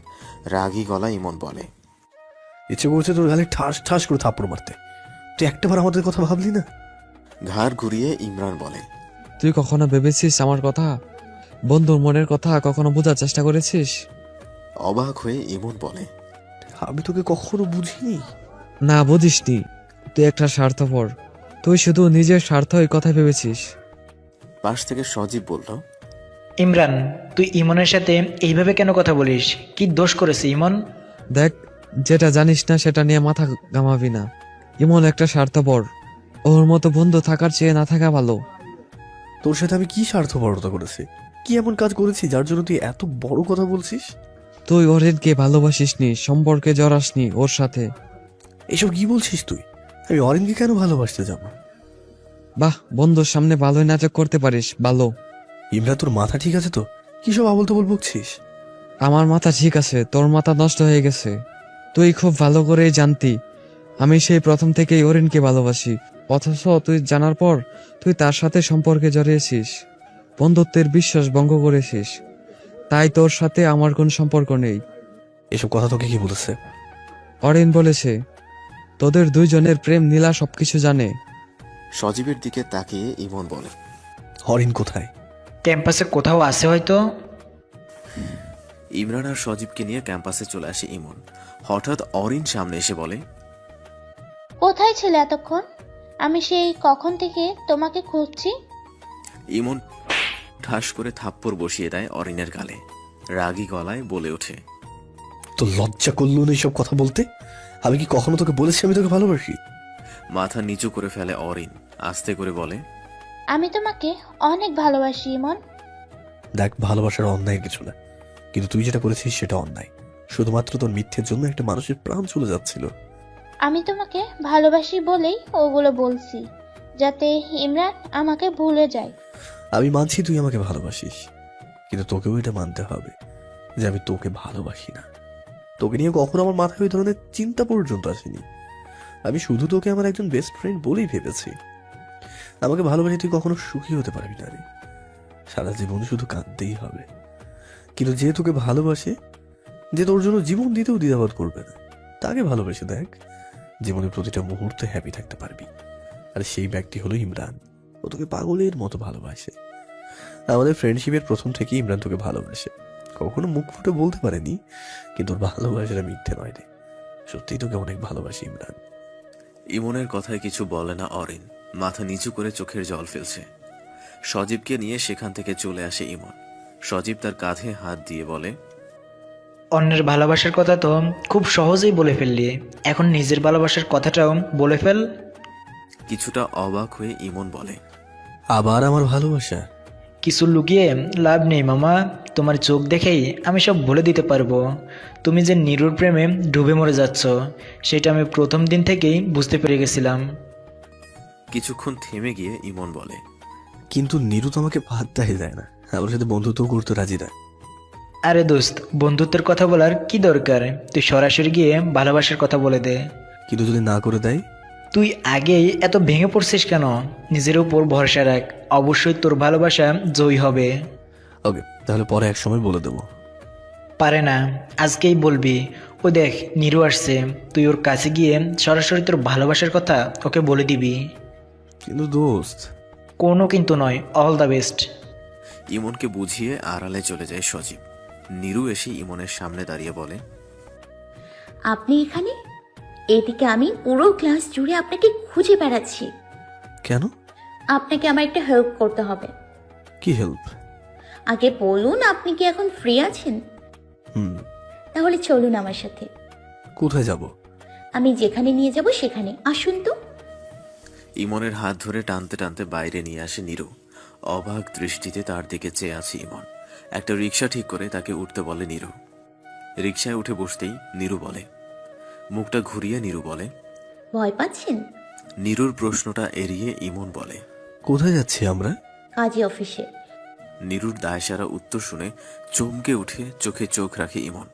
মুচকি হেসে নিরু বলে ওঠে, ভয় পাওয়ার কিচ্ছু নেই, মজা করলাম আপনার সাথে। এখন আমরা যাচ্ছি শপিং করতে। হঠাৎ শপিং? কেন, কোনো বিশেষ কারণ আছে? বিশেষ কারণ তো অবশ্যই। কি সেই বিশেষ কারণ? আসলে সাজুকে একটা পাঞ্জাবি গিফট করব, সামনে ওর বার্থডে। কিন্তু আমার তো ছেলেদের ড্রেসের ব্যাপারে কোনো আইডিয়া নেই, তাই ভাবলাম আপনাকে সাথে নিয়ে যাই। সাজুকে? আমার ছোট ভাই, আমার 1 বছরের ছোট। ও আচ্ছা। চুপ হয়ে যায় ইমন, মনের কথাগুলো বলতে পারে না। শপিং মলে পৌঁছে রিক্সা থেকে নামতেই ফোনটা বেজে ওঠে তার। নিরুকে ভেতরে যেতে বলে ফোনটা রিসিভ করে নিচু গলায় বলে, কি বলবি তাড়াতাড়ি বল। নিরুকে তোর ভালোবাসার কথা বলেছিস? খানিক বিরক্ত হয়ে ইমন বলে, এটা জানার জন্য তুই ফোন করেছিস? কেন বলিসনি এখনো? দূর, ফোন রাখতো, একটা জরুরি কাজে আছি। ফোনটা পকেটে রেখে ভিতরে যাওয়ার জন্য পা বাড়ায় ইমন। হঠাৎ পেছন থেকে কেউ একজন ডাক দেয় তাকে। পেছন ফিরে তাকাতেই সামনে কয়েকটা ছেলেকে দেখতে পায়। ছেলেগুলো এসে হঠাৎই মারতে আরম্ভ করে। আশেপাশে লোকজন জড়ো হওয়াতে দৌড়ে পালিয়ে যায় সবাই। ঠোঁট ফেটে রক্ত বেরিয়ে গেছে ইমনের। ভিড় ঠেলে দৌড়ে আসে নিরু, কাঁদো কাঁদো গলায় বলে, কিছু হয়নি তো আপনার? ওরা কারা ছিল? আমি জানি না কারা ছিল আর কেনই বা আমাকে মারলো। নিরু ব্যস্ত হয়ে ইমনের হাত ধরে বলে, চলুন চলুন, আপনাকে হসপিটাল নিতে হবে। আরে আরে, হসপিটালে যেতে হবে না, সামান্য চোটই তো লেগেছে। আপনি চলুন তো আমার সাথে। জোর করে ইমনকে নিয়ে হসপিটালে পৌঁছে যায় নিরু। ইমন সজীবকে ফোন করে বিষয়টা জানিয়ে দেয়। ডান হাতে অনেকখানি কেটে গেছে, মাথায় হালকা চোট লেগেছে। পাশে বসে ছলছল দৃষ্টিতে তাকিয়ে আছে নিরু। চোখাভাবে ইমন জিজ্ঞেস করে, এভাবে তাকিয়েছো কেন? হক চকিয়ে ওঠে নিরু, দৃষ্টি নিচু করে ফেলে। এতক্ষণে তার হুঁশ ফিরে সে ইমনের দিকে তাকিয়েছিল। খানিক লজ্জার ভর করে বসে মনে, মাথা ঝাঁকিয়ে কিছু না হওয়ার ভান করে। ইমনের বন্ধুরা চলে আসে। সজীব উৎকণ্ঠা নিয়ে বলে, দোস্ত তুই শুধু বল, ওদের দেখলে তুই চিনতে পারবি কিনা? ওদের সবগুলোকে তুলে তোর পায়ের সামনে এনে ফেলবো।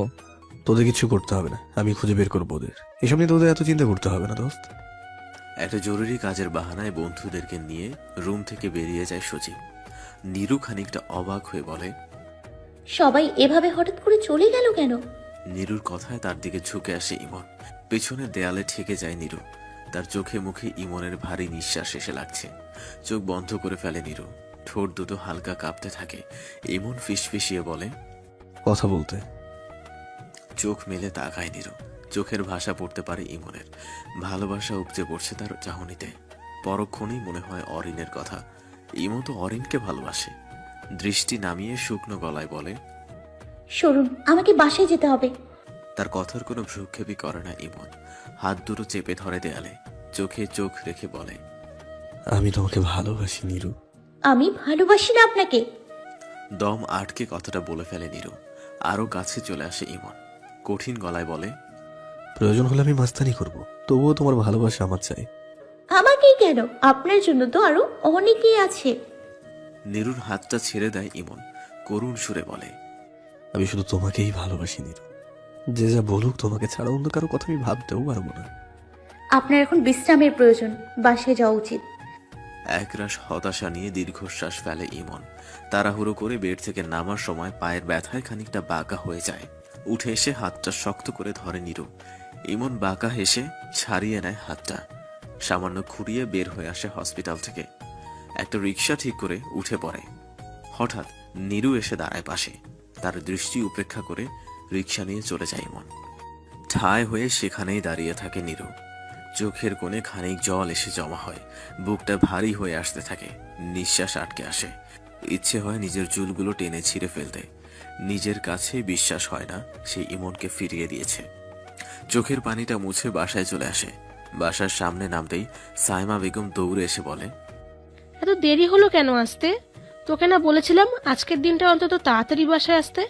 পরিষ্কার গলায় নিরু বলে, একটা জরুরি কাজ ছিল তাই দেরি হলো। কিন্তু বাসার সামনে এত গাড়ি কেন? কোনো গেস্ট এসছে? তোকে বলেছিলাম না তোর বাবার একজন বন্ধুর কথা, মিস্টার রাফায়েল আহমেদ।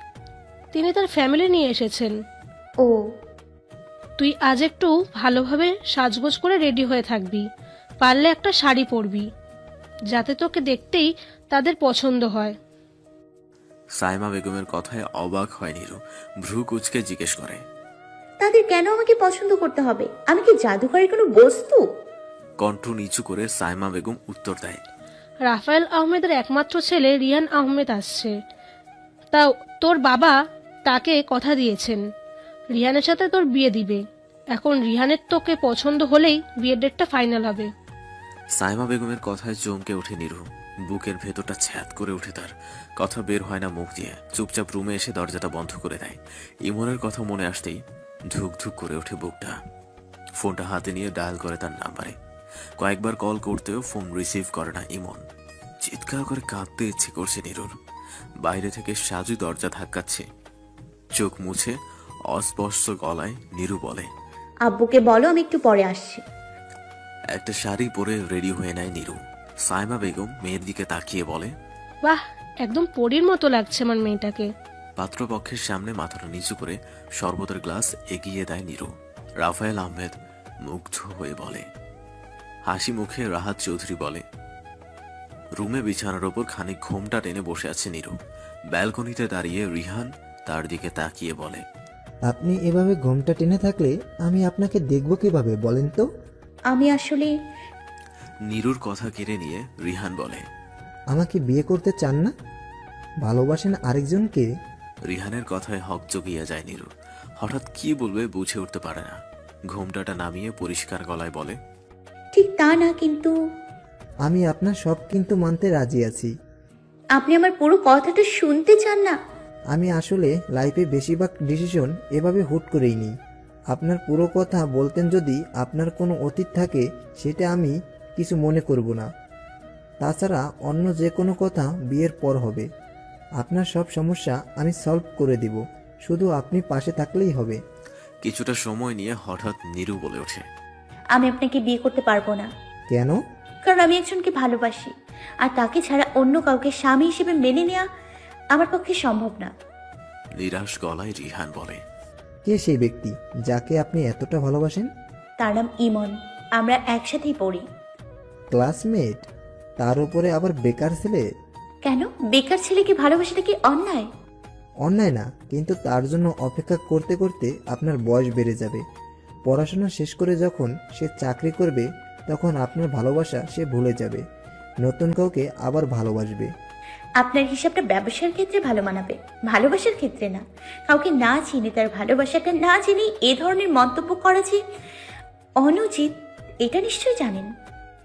দেখেন মিস নিরু, ব্যবসায়ী হলেও আমি একজন ছেলে, তাই একজন ছেলে হয়ে অন্য একটা ছেলের বিষয়ে বলতে পারা খুব জটিল একটা বিষয় না। আপনি এখন আসতে পারেন। ওকে, আমি চলে যাচ্ছি, তবে আমি আপনার জন্য অপেক্ষা করব।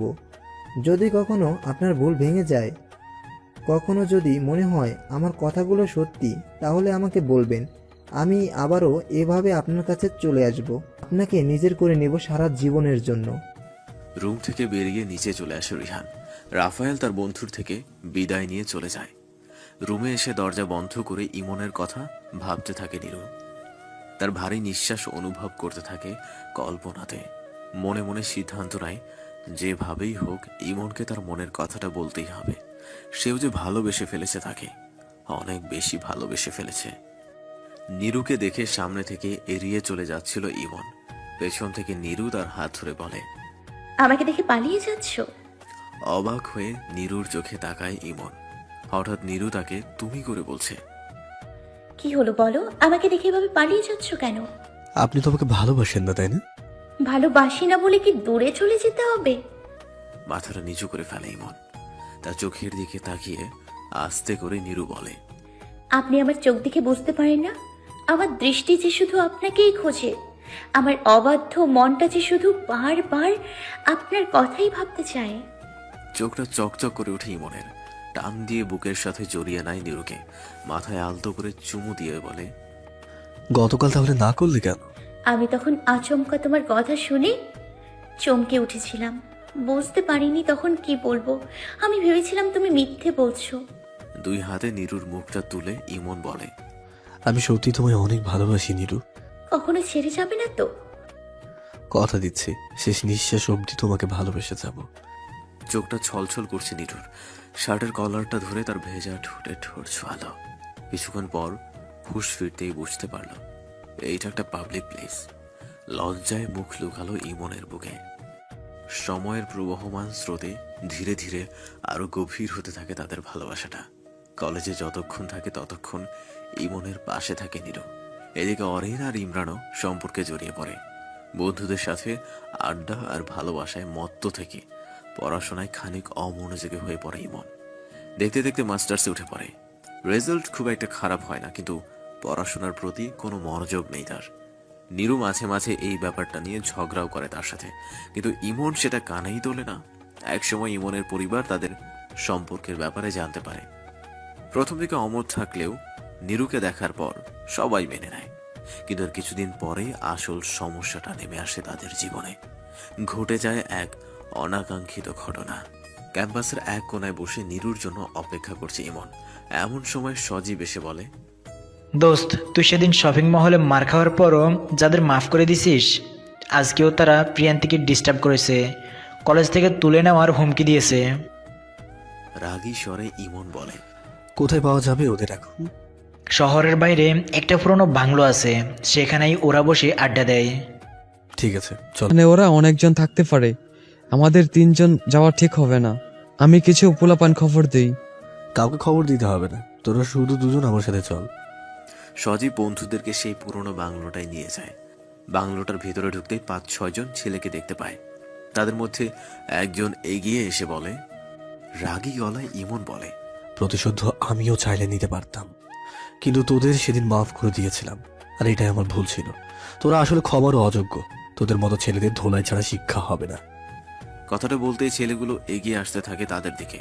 হাতের স্টিকটা বের করে সজীব আর ইমরান একে একে সবাইকে মারতে আরম্ভ করে। একটা ছেলে লাঠি নিয়ে ইমনের দিকে এগিয়ে আসতেই এক হাতে তার গলা ধরে, আরেক হাতে লাঠিটা কেড়ে নেয়। ধাক্কা দিয়ে ফেলে লাঠিটা দিয়ে আঘাত করে। সবাইকে ধোলাই দিয়ে একসময় বাংলো থেকে বেরিয়ে আসে 3 জন। বাইক স্টার্ট দিয়ে সোজা বাসায় চলে আসে ইমন। ফোনটা হাতে নিয়ে দেখে 22টা মিসড কল উঠে আছে। সবগুলোই নীরুর কল। কয়েকটা মেসেজও করেছে।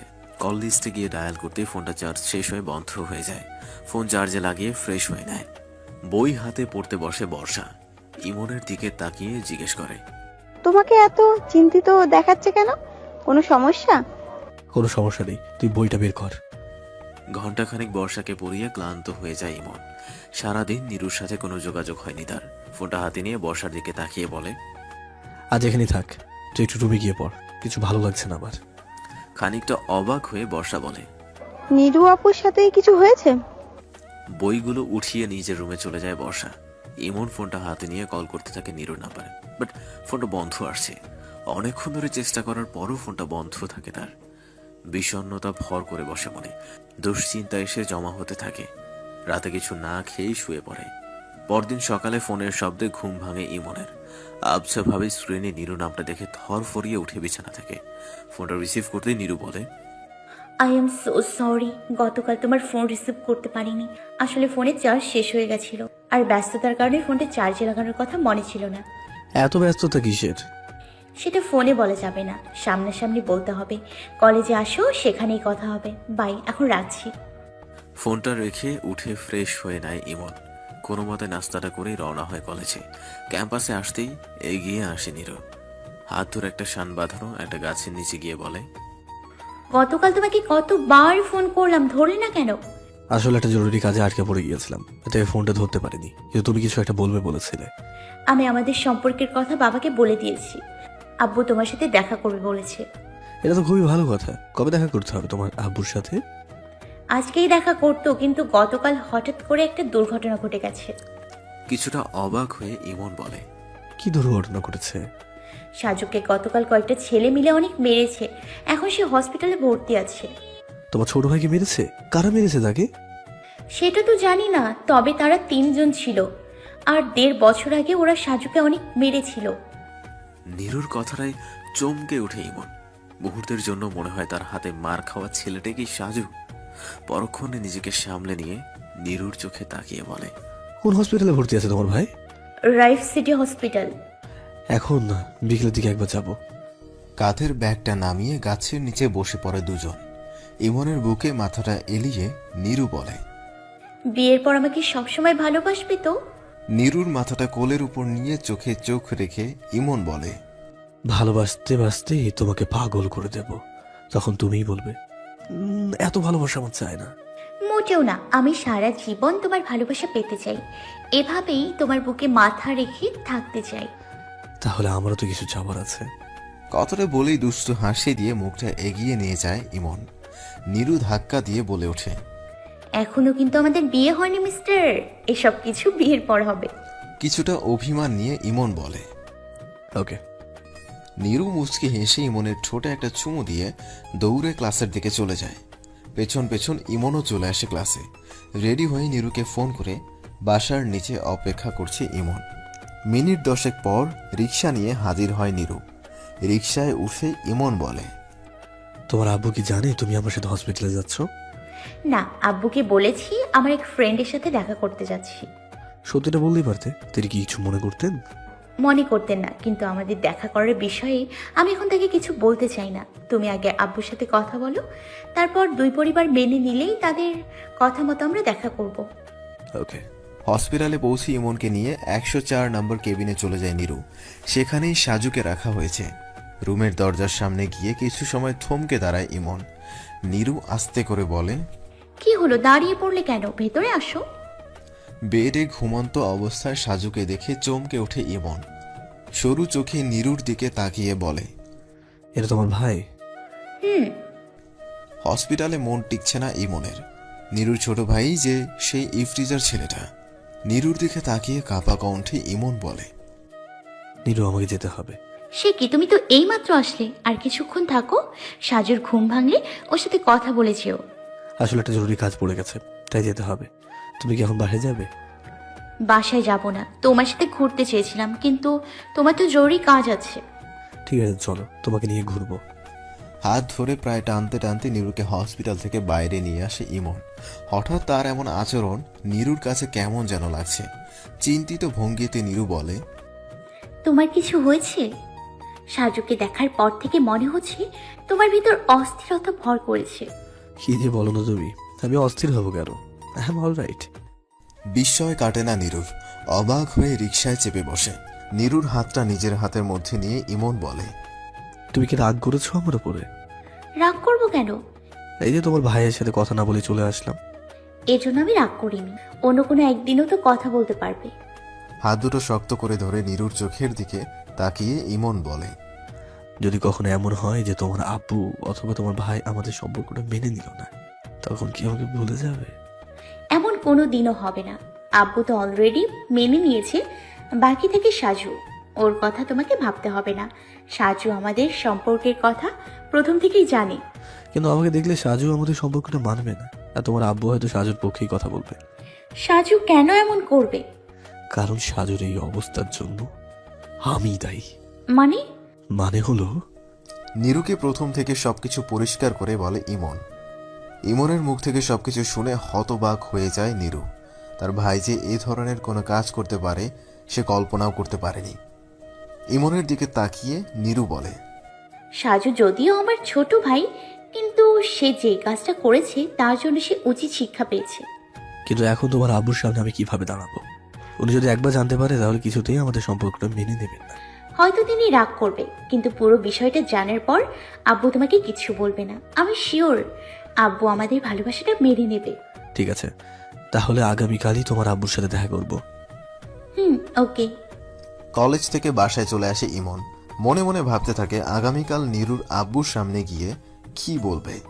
রুমে গিয়ে ফ্রেশ হয়ে লাঞ্চটা করে নেয়। বিকেলে বন্ধুদের সাথে আড্ডা দিয়ে বাসায় চলে আসে সন্ধ্যায়।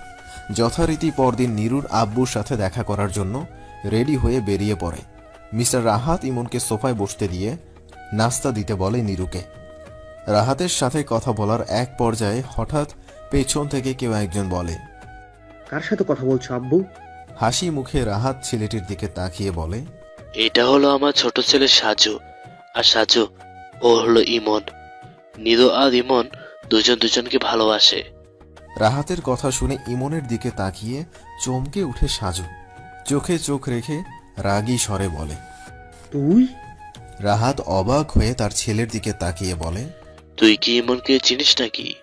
খুব ভালো করে চিনি। আমাকে 2 বার মেরে হসপিটাল পাঠিয়ে দেওয়া ছেলেটাই হলো এই ইমন। এইসব তুই কি বলছিস সাজু? তোর মাথা ঠিক আছে তো? আমার মাথা পুরোপুরি ঠিক আছে আব্বু। এই ইমনকে আমি কিছুতেই নিজের বোনের হাজবেন্ড হিসেবে মানতে পারবো না। তুমি এক্ষুনি একে বাসা থেকে বের করে দাও। রাহাত ইমনের দিকে তাকিয়ে বলে, আমার ছেলে যেটা বললো সেটা কি সত্যি? তুমি কি সেই ছেলে যে সাজুকে মেরেছে? হ্যাঁ হ্যাঁ, আমি সাজুকে মেরেছি, কিন্তু কি জন্য মেরেছি সেটাও আপনি সাজুকে জিজ্ঞেস করুন। আমার কাউকে কিছু জিজ্ঞেস করার নেই। তুমি আমার বাসার মেহমান, তাই ভদ্র ভাষায় বলছি, বেরিয়ে যাও। আর কোনো দিনও এই বাসার ত্রিসীমানায় আসবে না। নিরুকেও তোমার জীবন থেকে চিরতরে ভুলে যাবে। দেখুন আঙ্কেল, আপনি বিষয়টা না জেনেই just shut up, get lost. মাথা নিচু করে বাসা থেকে বেরিয়ে যায় ইমন। কিছুক্ষণ পর নীরু এসে ইমনকে না দেখতে পেয়ে রাহাতের দিকে তাকিয়ে বলে, ইমন কোথায় গেল আব্বু? ইমন চলে গেছে। কেন? কারণ আমি চলে যেতে বলেছি। যে তোমার ভাইকে মেরে হাসপাতালে পাঠিয়েছিল তাকে আমি কোনো দিনও আমার জামাই হিসেবে মানতে পারবো না। আর আমি চাও তুমিও ওকে ভুলে যাও। আব্বু, তুমি কি জানো ইমন কেন সাজুকে মেরেছে? সাজু একটা মেয়েকে উত্ত্যক্ত করেছে, তাকে তুলে নেয়ার হুমকি দিয়েছে। সাজু যেটাই করুক, সে আমার ছেলে। আমার ছেলের বিরুদ্ধে আমি কোনো দিনও কোনো সিদ্ধান্ত নেব না। রিহানের সাথে তোমার খুব শীঘ্রই তোমার বিয়ের ব্যবস্থা করছি।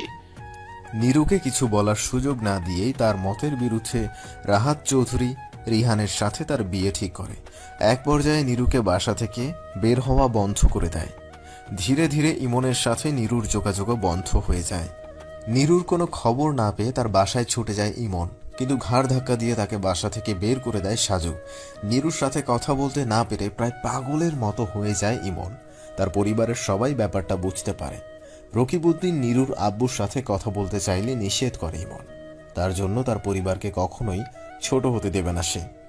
দরকার হলে নীরুকে নিয়ে পালিয়ে যাবে। নীরুর এক বান্ধবী প্রিয়ার মাধ্যমে নীরুর সাথে কথা বলে ইমন। সিদ্ধান্ত নেয় পালিয়ে যাওয়ার। রিহানের সাথে বিয়ের একদিন আগে হঠাৎ পালিয়ে যায় দুজন। পরিচিত শহর ছেড়ে চলে আসে নতুন একটা শহরে। এদিকে চৌধুরী পরিবারের মেয়েকে নিয়ে পালিয়ে যাওয়ার খবরটা ছড়িয়ে পড়ে সমস্ত এলাকায়। ইমনের পরিবারকে নানাভাবে ছোট করতে থাকে নীরুর পরিবার। এলাকার সবাই তাদের উপর দোষ দিতে থাকে। সবাই মনে করে তারাই ইমন আর নীরুকে পালাতে সাহায্য করেছে। নতুন শহরে নীরুকে নিয়ে ইমনের শুরু হয় আরেকটা নতুন অধ্যায়ের। দুজনের ভালোবাসা পূর্ণতা পায়। ভালোবেসে বিয়ে করে নেয় দুজন। পড়াশোনাটা আর শেষ করা হয় না ইমনের। একটা ছোটখাটো চাকরি জোগাড় করে ফেলে। নীরু খুব সহজেই নিজেকে তার সাথে মানিয়ে নেয়। দুজনের ভালোবাসার সংসারের অভাবটাকে বুঝতে দেয় না। দেখতে দেখতে 3 মাস পার হয়ে যায় সম্পর্কের। তাদের অবস্থা আগের চেয়ে একটু ভালো হয়, কিন্তু ইমন নীরুকে এখন বেশি সময় দিতে পারে না। অফিসের কাজের ব্যস্ততায় তাদের মধ্যে খুব বেশি কথাও হয় না। বাসায় আসলেই এই বিষয়টা নিয়ে ঝগড়া হয় দুজনের মধ্যে। ধীরে ধীরে নীরুর এসব কথা আর সব বিষয়ে কৈফিয়ত চাওয়াটা ইমনের কাছে বিরক্তিকর হয়ে ওঠে। সে কিছুতেই নীরুকে বোঝাতে পারে না তার সব কষ্ট তাদেরই ভবিষ্যতের জন্য করছে, নিজেদের ভবিষ্যৎ সন্তানের জন্য করছে। নীরুর উগ্র মেজাজ আর ইমনের ব্যস্ততায় ফাটল সৃষ্টি করে দুজনের ভালোবাসার মাঝে। যতই দিন করায় ভালোবাসাটা যেন ততই দূরে সেরে যেতে থাকে। ইমনের ব্যবহারে অতিষ্ঠ হয়ে যায় নীরু। বিয়ের আগের লাইফের কথা ভেবে তার কান্না চলে আসে। বিষয়টা নিয়ে খোঁটা দিতে থাকে ইমনকে, কিন্তু ইমন নীরুকে বোঝাতে ব্যর্থ হয়। একসময় নীরুর কাছে ভালোবাসার চেয়ে টাকার সুখকেই বড় মনে হয়। ক্রমেই অপমান করতে থাকে ইমনকে। কিছু বলতে পারে না ইমন। শুধুমাত্র নীরুর জন্য তার সবকিছু ছেড়ে নতুন একটা শহরে চলে এসেছে। নিজের পড়াশোনা বাদ দিয়ে ঘাম ঝরিয়ে পরিশ্রম করে যাচ্ছে, অথচ নীরু সেটা বুঝতে পারে না। ভালোবাসাটা যেন দুমড়ে মুচড়ে শেষ হয়ে যায়। ইমনকে 2 চোখে সহ্য হয় না নীরুর। সম্পর্কে 6 মাস গড়িয়ে যেতেই নীরু আলাদা হওয়ার সিদ্ধান্ত নিয়ে ফেলে। এইভাবে সে তার জীবনটা নষ্ট করতে পারবে না। উকিলের সাথে কথা বলে ডিভোর্স পেপার রেডি করে ফেলে। কাপড় চোপড় সব গুছিয়ে লাগেজ হাতে চলে যায় তার নিজের বাসায়, নিজের পরিবারের কাছে। নীরুর অনুপস্থিতিতে পুরোপুরিভাবে ভেঙে পড়ে ইমন। রাত জেগে কাঁদতে থাকে একা একা। থাকতে না পেরে ছুটে চলে যায় নীরুর বাসায়, কিন্তু নীরু তার সাথে কোনো কথা বলে না। নীরুর ভাই ছেলে ফেলে দিয়ে ইমনকে মেরে আধমরা করে হসপিটালে পাঠিয়ে দেয়। ইমনের বন্ধু বান্ধব আর পরিবারের সবাই ছুটে যায় হসপিটালে। ধীরে ধীরে একসময় সুস্থ হয়ে ওঠে ইমন। প্রায় 7 মাস পর পা রাখে নিজের বাসায়। তার কিছুদিন পরই ডিভোর্স পেপার পাঠিয়ে দেয় নীরু। ছিন্ন হয়ে যায় দুজনের সম্পর্কের বন্ধনটা। বাস্তবতা মেনে নিয়ে বাঁচতে হয় ইমনকে, কিন্তু ভেতর ভেতর শেষ হয়ে যায় তার জীবনটা। গলা টিপে মেরে ফেলে ভালোবাসা নামক বস্তুটাকে। পড়াশোনাটা আবার শুরু করলেও আগের মতো করতে পারে না। মাস্টার্স অনেক খারাপ রেজাল্ট করে বসে। বাবার ব্যবসায় যোগ না দিয়ে নিজের পায়ে দাঁড়াতে চেষ্টা করে, কিন্তু সব জায়গা থেকে একে একে ব্যর্থ হয়ে ফিরে আসতে থাকে। জীবনটা আবারও বেইমানি করতে থাকে তার সাথে। অবশেষে একটা চাকরি হলেও সেটা যে নীরুর অফিস হবে ইমন তা ভাবতেও পারেনি। বাইরে থেকে রাবেয়া বেগম অনেকক্ষণ ধরে দরজা ধাক্কাতে থাকে। ধরফরিয়ে বিছানা থেকে উঠে পড়ে ইমন। বুঝতে পারে সে এতক্ষণ অতীতে বিচরণ করছিল। বর্তমানে বিছানার কোনায় রাখা ফোনটা হাতে নিয়ে দেখে সকাল 9টা বেজে গেছে। তার মানে সে সারা রাত জেগে নীরুর কথা ভেবেছে। দরজাটা খুলে দিতে রাবেয়া বেগম এগিয়ে এসে বলে, কি হয়েছে তোর বল তো? দরজা খুলতে এত সময় লাগে কেন? আসলে বাথরুমে ছিলাম, তাই বুঝতে পারিনি। ঠিক আছে, ফ্রেশ হয়ে নাস্তা করতে আয়। একটা জরুরি কাজে একটা জায়গায় যেতে হবে আমাদের। আমাকে 5টা মিনিট সময় দাও, ফ্রেশ হয়ে আসছি। তাড়াতাড়ি আয়। রাবেয়া চলে যেতেই বাথরুমে গিয়ে ফ্রেশ হয়ে নেয় ইমন, সাথে গোসলটাও সেরে নেয়। চোখের উপর জমা হওয়া স্ট্রেস কিছুটা হলেও কম লাগে। নিজে এসে টেবিলে বসে নাস্তা করে নেয়। রকিবউদ্দিন ইমনের দিকে তাকিয়ে বলে, আমার অফিসে একটা জরুরি মিটিং আছে, তুই বরং বর্ষাকে নিয়ে তোর মায়ের সাথে গিয়ে কথা বলে আয়। ইমন অবাক ভঙ্গিমায় তার মায়ের দিকে তাকায়। রাবেয়া তার পাশে বসতে বসতে বলে, তোকে গতকাল রাতে বললাম না পরীর কথা? আমার এক বান্ধবীর মেয়ে, সেখানে যাব আমরা। বর্ষা তো যাওয়ার জন্য 1 ঘন্টা আগে থেকে রেডি হয়ে আছে। তুই 10 মিনিটের মধ্যে রেডি হয়ে আয়। 10 মিনিটের মাথায় রেডি হয়ে নিচে আসে ইমন। বর্ষা আর তার মাকে নিয়ে গাড়িতে করে রওনা হয় পাত্রী দেখতে। একটা বিশাল আকার বাড়ির সামনে এসে থামতে হয় গাড়িটা। এটাই মনে হয় তার আম্মুর বান্ধবীর বাসা। ভিতরে যেতে এক মাঝ বয়সী মহিলা এসে জড়িয়ে ধরে তার আম্মুকে। রাবেয়া ইমনের দিকে তাকিয়ে বলে, এটা তো রাফি আন্টি। আসসালামু আলাইকুম আন্টি। ওয়ালাইকুম আসসালাম। রাবেয়া, তোর ছেলে তো দেখছি খুবই হ্যান্ডসাম, একদম রাজপুত্রের মতো।